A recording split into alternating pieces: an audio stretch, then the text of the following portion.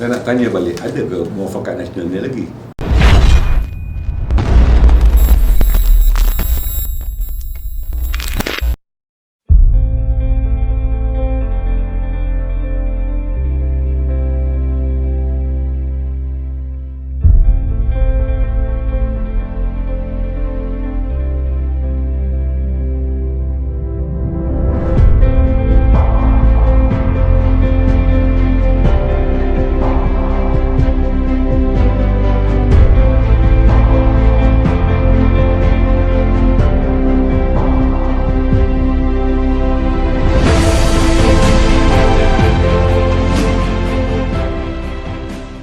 Saya ucapkan terima kasih kerana saya diberikan ruang masa untuk bersemuka di dalam wawancara khas ini. Betul, dalam politik harus ada kejujuran. Baik sebagai rakan politik atau atas nama dukungan. Secara piagam atau persefahaman. Secara bertulis atau secara konvensyen. Secara tersurat atau tersirat.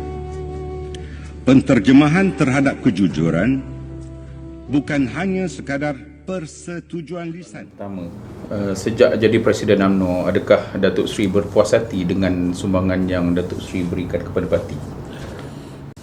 Tentunya bagi menjawab soalan itu, tidak ada seorang pun pemimpin atau mana-mana Presiden parti yang pernah berpuas hati dengan keberadaannya menaudai parti UMNO.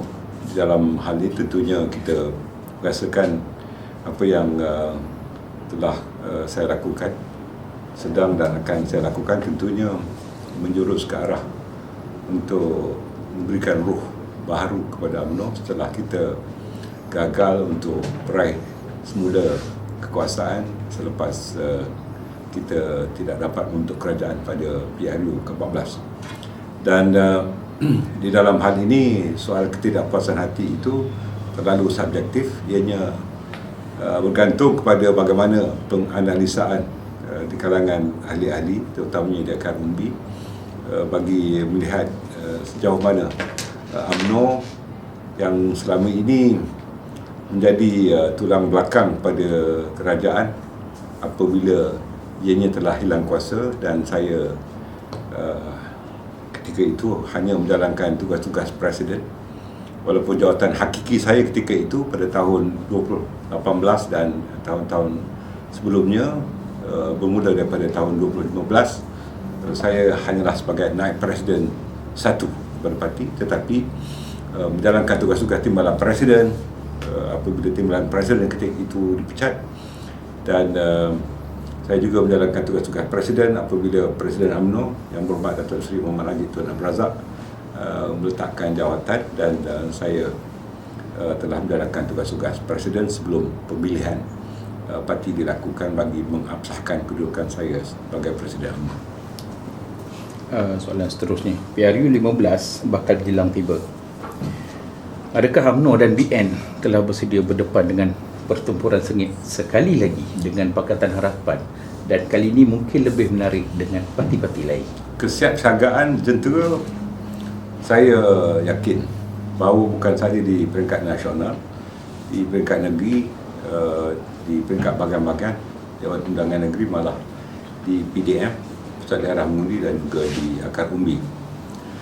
Namun kekhawatiran saya ialah kesiapsiagaan dari segi roh, dari segi sama ada hati kita, minda kita, dan kesediaan kita untuk menghadapi pertempuran baru ini yang pada khidmat saya landscape politiknya telah berubah, kerana di dalam pilihan raya umum yang lalu kita adalah sebagai kerajaan, dan kini biarpun kita mempunyai seorang Perdana Menteri yang mewakili UMNO, tetapi kita mempunyai pengalaman sebelum ini selama 17 bulan dan sebelum itu selama 22 bulan sebagai pembangkang dan sebagai pada kerajaan. Tentunya minda di kalangan ahli-ahli terutamanya yang menjadi jentera parti itu harus dijana semula agar semangat yang ada dan jentera yang berstruktur dapat kita hidupkan semula bagi menghadapi PRU ke-15. Ada yang mengatakan UMNO masih lemah dan tidak mampu untuk membentuk kerajaan barisan nasional pada PRU 15 nanti. Apa komen Datuk Seri? Kita lihat bahawa keputusan pilihan raya umum yang lalu, kita cuma memperolehi 79 kursi parlimen dan kita kehilangan beberapa negeri ketika itu. 79 kursi ini pun termasuk 19 kursi ketika itu daripada Sarawak. Sarawak telah menyumbang 19 kursi dan 2 kursi daripada MRC, 1 kursi daripada MCA dan 1 kursi daripada PBRS daripada Sabah. Dan tentunya ketika itu situasi politik berbeza dengan situasi politik masa kini, dan hikmah yang berlaku ketika kita kalah menyebabkan kita bangkit semula. Dan apatah lagi kini apabila kita mempunyai seorang Perdana Menteri daripada UMNO, tentunya situasi itu telah turut mengubah tata laku dan juga tindakan-tindakan politik yang akan kita lakukan. Baik, soalan seterusnya, ramai melihat UMNO kini berpecah belah dan seolah ada ramai nahoda. Ada juga yang beranggapan Datuk Seri adalah Presiden UMNO yang lemah. Saya minta Datuk Seri ulas sikit. Saya tidak nampak ada yang perpecahan di kalangan ahli-ahli di akar umbi. Begitu juga di peringkat bahagian-bahagian. Memang jelas berlaku perbezaan pendapat di peringkat majlis tertinggi. Ini ibarat apabila ada gula, tentu semut akan datang. Apabila gula tidak ada, tentu semut akan mencari gula-gula di tempat lain. Jadi dalam situasi itu, kalau kita lihat apabila majlis tertinggi membuat suatu ketetapan sama ada pemilihan mahu dilakukan bila cukup tempoh waktunya, iaitu pada 30 Jun yang lalu, jelas 52 daripada 56 ahli-ahli majlis tinggi telah membuat keputusan bahawa pemilihan harus ditempohkan 18 bulan kemudian. Artinya 52 ahli-ahli majlis tinggi ini adalah sependapat. Ujian yang kedua apabila kita membuat keputusan sama ada UMNO melalui ahli-ahli parlimennya mahu terus memberikan dukungan kepada Tan Sri Mohidin ketika itu sebagai Perdana Menteri. Jelas bahawa 53 daripada 56 ahli-ahli majlis tertinggi sependapat. Kalau dikatakan UMNO berpecah, keputusan-keputusan yang saya nyatakan contohnya tadi memperlihatkan bahawa berlaku perbezaan pendapat, tetapi apabila ketetapan dan pembuatan keputusan itu dilakukan, jelas bahawa UMNO bersolidariti di dalam menentukan keputusan yang dilakukan. Baik, okay, ini kita ada panas sikit. Ada ura-ura mengatakan jawatan Presiden UMNO akan dicabar selepas ni. Adakah Datuk Seri akan mempertahankan jawatan dan bersedia untuk dicabar? Pada tahun 2018, jawatan Presiden UMNO telah dicabar oleh 3 calon ketika itu, ya. Dan kita harus ingat bahawa sebelum itu, ya, jawatan Presiden dan timbalan Presiden tidak pernah ditandingi. Artinya sama ada ianya berbentuk ketetapan daripada Pertubuhan Agong ataupun ketetapan yang dibuat oleh bahagian-bahagian, bahawa bagi mengelakkan perpecahan, jawatan Presiden dan timbalan Presiden tidak ditandingi. Daripada zaman seseorang yang menjadi Presiden UMNO selama 22 tahun, selepas itu Pak Lah mengambil alih, maka model yang sama dilakukan. Apatah lagi ketika Datuk Seri Najib mengambil alih, maka kaedah yang sama digunakan. Cuma ketika saya menjalankan tugas-tugas Presiden, ya, saya terbuka bahawa jawatan daripada Presiden ke bawah bebas untuk dipertandingkan. Maka tentunya jika ada sebarang pertandingan di peringkat nasional, apatah lagi di peringkat bahagian atau cawangan-cawangan, maka kaedah yang berbentuk demokratik ini harus dilakukan kalau itu kehendak daripada para perwakilan. Jadi adakah Datuk Seri akan mempertahankan jawatan Presiden dan bersedia untuk itu dicoba? tidak timbul sama ada mempertahankan jawatan ataupun melepaskan jawatan. Saya lebih menghargai pendirian daripada para perwakilan yang pada khidmat saya mempunyai kuasa mutlak untuk menentukan kepimpinan atasan parti, dan kita tahu bahawa seramai 160,000 perwakilan daripada seluruh negara yang akan menentukan siapakah yang mahu menjadi presiden, sama ada presiden yang sedia ada ataupun mereka mahu mencari tokoh-tokoh lain.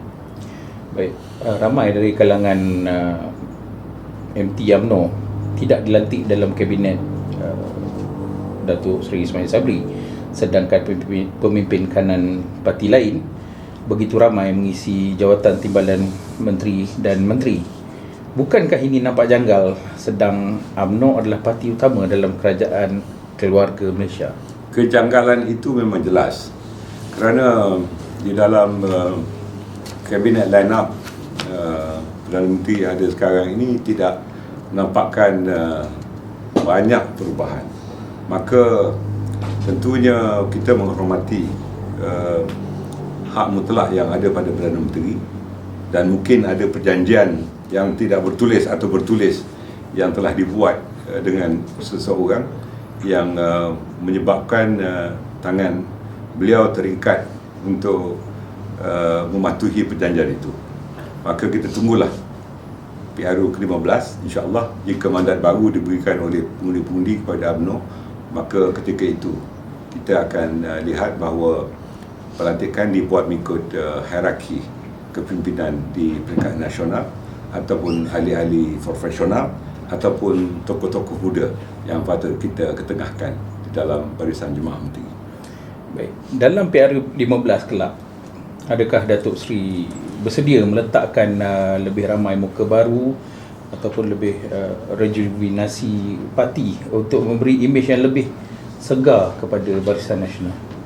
Itu adalah sesuatu yang wajib, dan nafas baru, wajah baru, darah baru harus dikemukakan, kerana kita tahu bahawa cita rasa pengundi-pengundi telah bertukar. Apatah lagi jika pengundi 18 tahun akan buat pertama kalinya diizinkan untuk mengundi, maka tentunya kita harus melihat bahawa ini satu perubahan yang harus diterima sebagai hakikat politik baru. Dan kita tahu bahawa pengundi pertama kali yang berumur 21 tahun ke atas tetapi belum pernah mendaftar dan belum pernah mengundi, terdapat kira-kira 4.5 juta di kalangan mereka. Artinya mereka adalah terdiri kebanyakannya daripada golongan pengundi yang berumur 40 tahun ke bawah, dan tentu kita harus menghormati bukan hanya cita rasa mereka telah berubah ataupun cita rasa baru yang akan terhidang di dalam pentas politik tanah air, tetapi kita harus juga mengetahui bahawa kita tidak mahu UMNO itu berada di dalam keadaan statik ataupun jumud. Maka tentunya perubahan-perubahan termasuk muka baru harus diketengahkan bagi memberikan new hope atau harapan baru kepada golongan pengundi-pengundi muda atau pengundi-pengundi pertama kali. Kategori yang bagaimana yang Datuk Seri nampak untuk diletakkan sebagai muka baru? Adakah daripada golongan profesional ataupun golongan yang aristokrat ataupun yang kita harus mengakui hakikat bahawa kita mempunyai sayap. Antara sayap kita selain pada wanita ialah pemuda dan puteri. Di sana terdapat ramai tokoh-tokoh muda yang potensinya harus digilam dengan diberikan peluang untuk bertanding. Di samping itu, kita jangan lupa bahawa terdapat pemimpin-pemimpin NGO, pemimpin-pemimpin pelajar, malah ahli-ahli profesional yang selama ini berminat dalam politik tetapi tidak begitu menonjol. Maka perkiraan seperti ini harus kita lakukan untuk memperlihatkan bahawa peremajaan di dalam calon-calon baru UMNO ini harus diperkirakan untuk kita ketengahkan. Baik, kita beralih soalan. Isu bertanding 2 kerusi pada PRU. Pada PRU lepas, 3 calon Barisan Nasional bertanding di kerusi, kalah di semua kerusi parlimen, termasuk 2 orang menteri besar. Adakah strategi ini adalah satu kesilapan sebenarnya?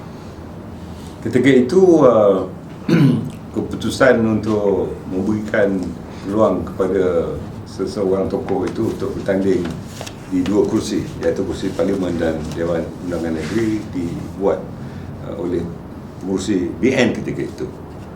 Setelah mungkin pandangan diberikan tentang kebolehmenangan tokoh-tokoh yang telah diketengahkan itu.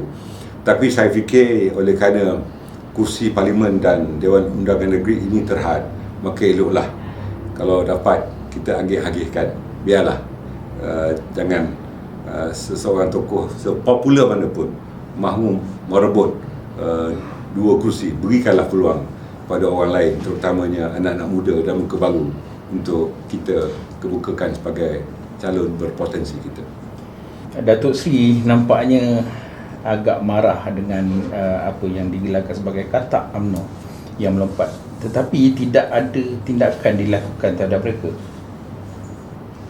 Tindakan harus dilihat bahawa parti harus melihat kepada perlembagaan di mana tidak ada akta anti lompat ketika perlompatan itu berlaku.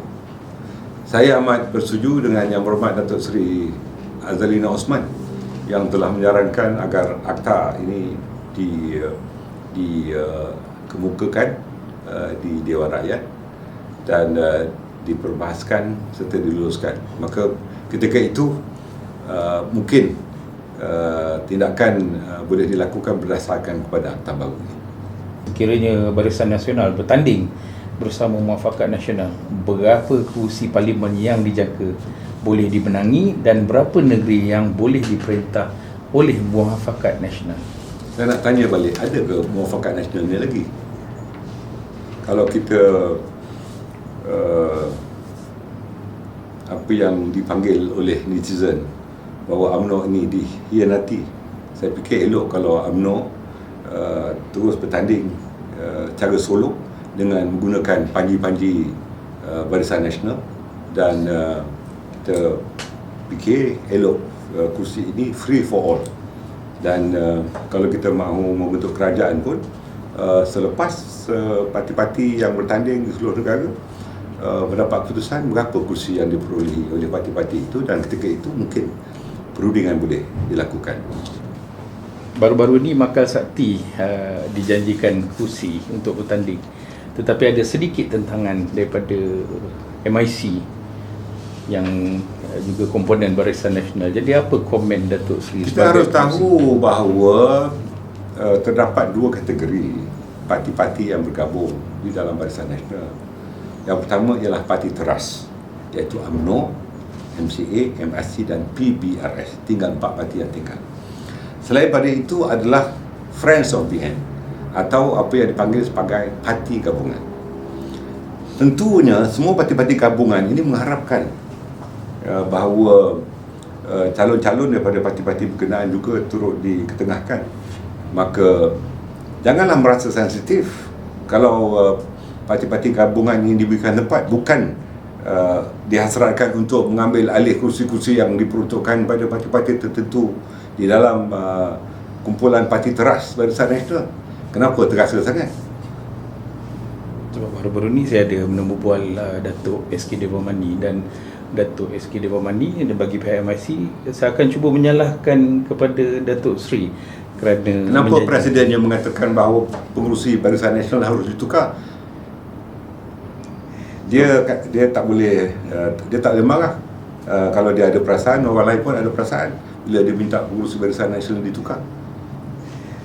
Kata-kata akhir Datuk Seri kepada seluruh ahli UMNO, dan bila pemilihan UMNO dijangkakan? Mulai 15 Oktober ini, cawangan-cawangan akan bermusyawarah tanpa pemilihan. Dan di dalam bulan November dan Disember akan ada mesyuarat di peringkat bahagian-bahagian. Manakala Perhimpunan Agung tahun 2021 akan diadakan dalam bulan Januari 2022. Maka setakat ini kita menghormati apa yang telah diputuskan oleh ROS bahawa pemilihan parti boleh diadakan sebelum 29 Disember tahun 2022.